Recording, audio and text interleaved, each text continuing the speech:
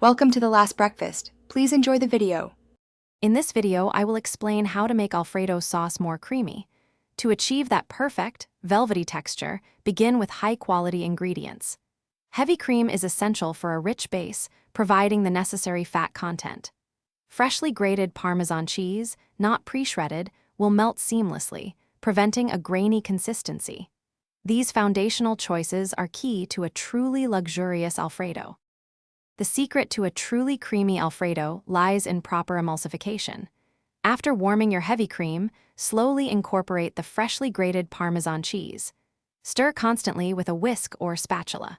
This gentle, continuous motion helps the cheese fats blend smoothly with the cream, creating a stable, uniform sauce.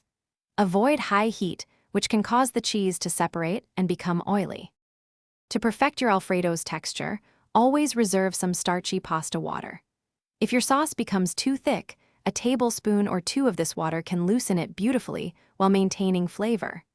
A small pat of unsalted butter stirred in at the very end adds a lovely sheen and extra richness.